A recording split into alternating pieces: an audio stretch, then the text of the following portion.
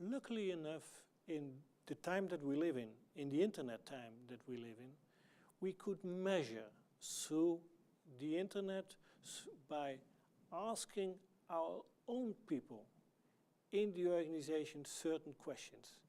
Because the question is quite relevant to know exactly that there is a good balance between freedom and control, that you have grip, and you have on the other hand that creativity.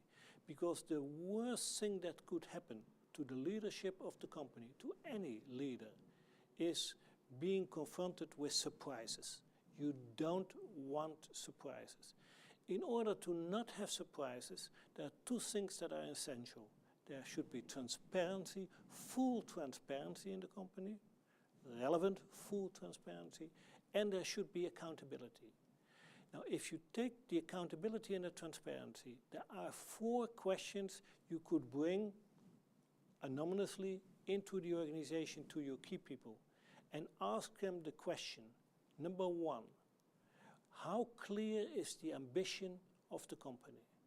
The second question you could ask them is how potent, how stimulating are your objectives, and are the objectives have a relationship that's clear enough to the ambition of the company?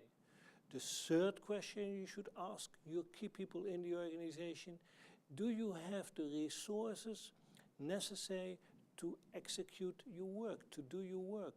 Do you have the money, the people, the systems, the structures to do that? And the fourth question that you ask your people is there enough transparency and clarity in communication and decision making? When those 4 questions are well answered, positively answered by your key people, you have a transcountable company, a company full transparency, full accountability, with a little chance of big surprises, and you will have a company where there's a nice balance with transparency on the one side and freedom on the one side and control and structure on the other side.